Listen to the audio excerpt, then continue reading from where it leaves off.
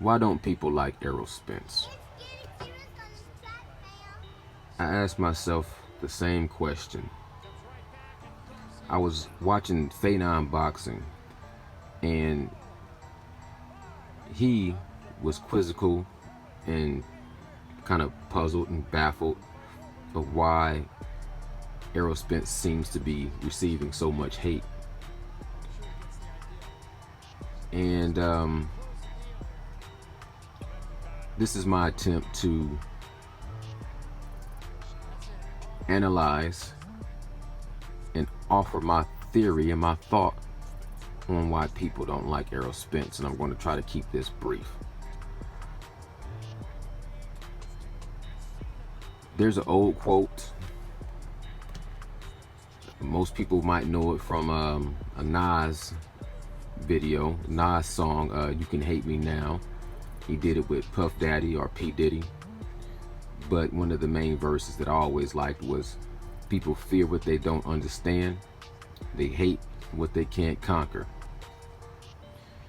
And I believe he got that from somebody named Andrew Smith, who was the author. And that was one of his famous quotes. But people fear what they don't understand. And I don't think that people understand Errol Spence. I think he's ushering in a new era in a new athletic mentality. And I think he's bringing back a little bit of an old school masculinity that people just aren't accustomed or comfortable with. I think the fact that he's not trying to water himself down for people, he's not trying to placate to people, he's not willing to kowtow to people. He's not concerned with being a media darling, and he's not shucking, jiving, yes-a-bossing, and smiling to, make people like him outside of the ring. I don't see how anybody can hate what he does inside of the ring. I feel like some people you're not going to please everybody no matter what you do. If you're knocking people out left and right, then all of a sudden you're not a good boxer. As soon as you start boxing, they say you're not knocking people out. So you're not going to win that fight no matter what you do. I think some people, what came to my mind too when it comes to hating anybody that's pursuing their dreams, because I don't understand how people hate. I do understand, but it's just not in my nature, should I say. It's not in my nature to hate other people that's in pursuit of their happiness. But I do analyze and understand what makes people hate, which is mostly jealousy, envy, and like my man Chronicle say, hate is just really love turned inside out. Really, the people that hate on you the most are the people that really envy you and love you the most. They obsess with you, for them to be so concerned about you, they obsess over you, and they just can't help but to hate. But every special athlete is going to get some hate. It comes with it. You got to take the good with the bad. But Cassius Clay was loved. Muhammad Ali was hated. Pretty Boy Floyd was loved. Money Mayweather was hated. Errol Spence is a new era, and he didn't go through the love process, as far as he didn't come out with one persona, one character, and then switch over to what he is now. He's pretty much been consistent from the green light go, and he hasn't really changed. I think it's kind of obvious that most Errol Spence haters are Terrence Bud Crawford fans. And just like like Chronicle was saying, fans are nothing but haters. And when you're a fanboy, you're really a hater. And it's all opposite. You see what I'm saying? You idolize somebody. So people that's idolizing Terrence Bud Crawford are demonizing Errol Spence. You know, I got to be honest with you, man. I don't hate Terrence Bud Crawford or Errol Spence. I take my hat off and salute to both of those guys. But if you ask me inside the ring or who personality I naturally gravitate to, would probably be both of them. But I just find more in my own personality that's a little bit and more it's more synchronized. Errol Spence reminds me in his demeanor more of myself than Terrence Bud Crawford. No, nothing wrong with that. That's not me hating Terrence Bud Crawford, that I can relate to this personality more because I just know myself, and therefore when I see myself in other people, then it's just cool. It's always going to be cool to see yourself in other people, especially that's people that's, you know, goal driven, that's focused, that's, you know, that's driven, because it helps you motivate yourself. It helps you, you know, it helps you. It's a little bit of a reassurance that if this man can do it, I can do it. You know, I'm pretty sure if I was to meet Terrence Bud Crawford in person and we would chop it up, we probably have a lot of things in common. You know what I'm saying? And I probably even have less in common with Errol Spence. I just naturally like his demeanor and his personality. It just reminds me of myself. But anyways, any that's off subject. Back on subject. I digress. Back on subject. I feel like most Terrence Bud Crawford fanatics feel like they have to hate on Errol Spence in order to lift up who they idolize. Shouts out to Fannon Boxing. He really captured that expression. He nailed that. He hit the nail right on the head the way he broke it down. So watch his video. I think that's just one portion of his haters. You know, I think like some people are more comfortable with Terrence Bud Crawford or Adrian Broner or Mayweather or whoever. I think they're more comfortable with somebody that they're used to hearing their story. It's just the story, like a Terrence Bud Crawford, a Adrian Broner, a Mayweather, that's coming from poverty and coming from a broken home, kind of like a rags to riches story. I think Americans have heard that story, especially with black people, so many times that they've gotten accustomed to it and comfortable with it, and they kind of expect that. That's like the normal for them. Like when they see a guy kind of rise up and come like a phoenix through the ashes, then they say, oh, you know, it's a like the Tupac quote, you know, the rose that grew through concrete. I think people are getting so used to that if it's not that story, then they hate on that a little bit too. You know, it's like it's not okay nowadays to come from a home with both parents that love and support and raise you the proper way. You know what I'm saying? It's not cool to be a man that's confident in his manhood and masculinity. He has to, you know, say, I wouldn't be where I am without my mom and my dad wasn't around. I think that's just the narrative that's promoted to the point that nowadays they not comfortable if that's not your story. I can go on that, but I kind of want to digress from that too, because I think that's just another part of the reason why people don't like Errol Spence, is because his demeanor, he's not asking anybody to like him.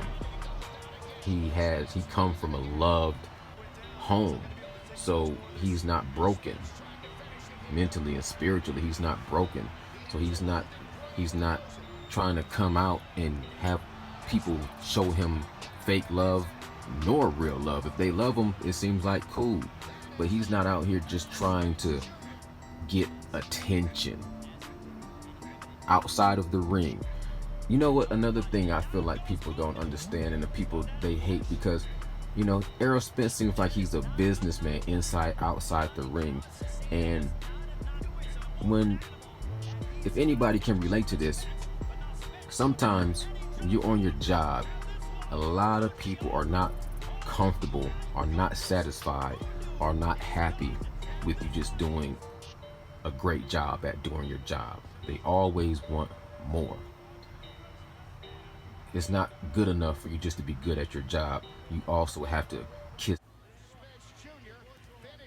And it's not good enough for people just if you're good and great at doing your job. They always want you to make them feel comfortable and do more. Like, you can be great at your job, but if you're not going around pretty much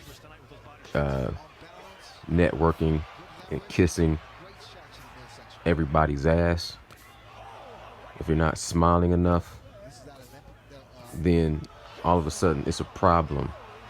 You're gonna find a harder time to move up. You can be terrible at your job, but be a great ass kisser and have an easier path laid out for you, because people prefer someone that's constantly kowtowing, constantly placating, constantly selling a fake image of themselves. They prefer someone that's out there that'll bend to their will and smile and laugh with them and joke with them and be a yes man. They don't want you to be your own man. They don't want you to have an entrepreneurial type of mentality. And Errol Spence has a businessman mentality, and all of a sudden that's a problem. It's like, you a boxer, stay in your lane. I heard a person say that Errol Spence would rather fight Manny Pacquiao before Manny Pacquiao beat Keith Thurman. Errol Spence was saying Sean Porter is easy work, and I would want to fight Manny Pacquiao. And this is before Manny Pacquiao beat Keith Thurman. I heard a person say that beating Manny Pacquiao wouldn't do anything for Errol Spence's career. It'd just be a business move to make a lot of money. I don't understand what world you can live in where beating Manny Pacquiao does nothing for your legacy, but collecting belts, it should be the goal, the only goal. It's like Mayweather said, my kids can't eat belts. Like Muhammad Ali said, belts are for belts are for the amateurs. I'm not in this for the belts. Ali said that. Mayweather said that. Errol Spence is on a warpath right now. Belts are just little trinkets that are collected, but that's not what his game is about. He's about business. He's about boxing. He wants to beat people that say they can't beat him. That's why he's still calling out Keith Thurman, even though Keith Thurman doesn't have a belt. That's why he's calling out Danny Garcia. That's why he's calling out Manny Pacquiao. That's why he's calling out Terrence Crawford. He's not calling out Terrence Crawford just for belts. Yes, he wants to unify. You know what I'm saying? He wants the unification. But that really means he wants to clear out everyone in the weight division that he's in before he moves up. He's also about his business. And he's making strategic business moves and strategic he has a layout, a mapped out plan, and it's strategic and it makes sense. It's not like he's going through cherry picking easy fights. The easiest fight he had so far is a fight that everybody said he was not going to win because he wasn't technical. Mikey Garcia. A lot of people want to take away Mikey Garcia's victory from Errol Spence and say he was too small. That's the same thing they did with Mayweather when he fought Manuel Marquez. Oh, he was too small. You know, never mind the fact that Mayweather had been retired for a little while. Never mind the fact that Manuel Marquez had, you know, manhandled Manny Pacquiao a couple of times, or had some close fights with Manny Pacquiao. So all of a sudden, Manny Pacquiao was the man to beat Mayweather, but Manuel Marquez is a tomato can, and he's too small to be fighting Mayweather. How can the same guy that's that's fighting and holding his own against Manny Pacquiao, not be good enough to fight Floyd, but Manny Pacquiao is the only person that y'all was calling for Floyd to fight? So when Manuel Marquez was outskilled by Mayweather, the same thing as Mikey Garcia being outskilled by Errol Spence.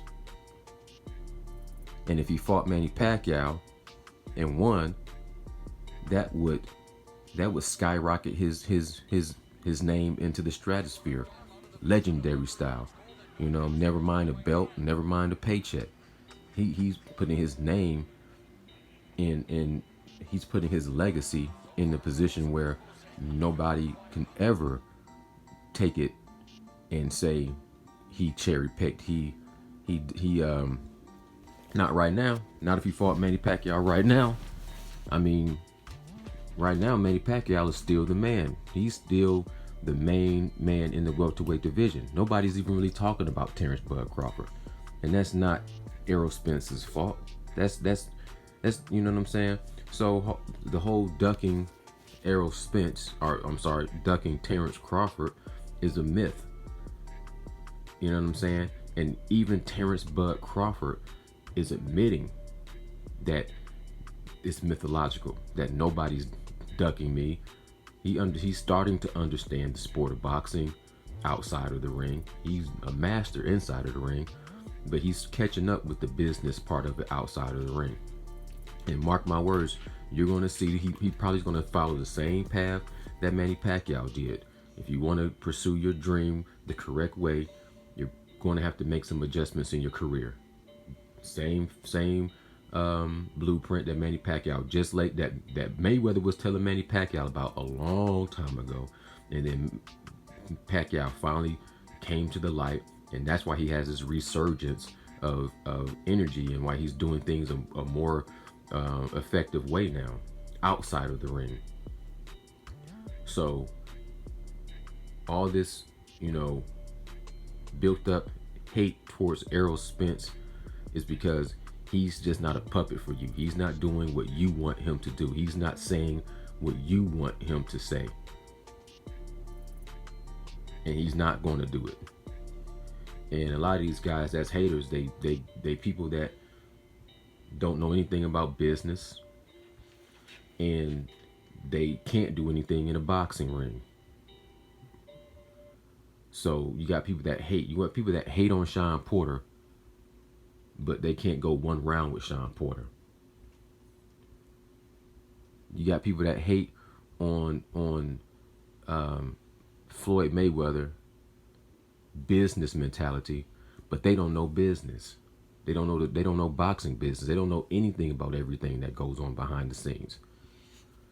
So just chiming in on why people don't like Errol Spence, it has a lot more to do with them not liking themselves, the position that they're in, are their fans.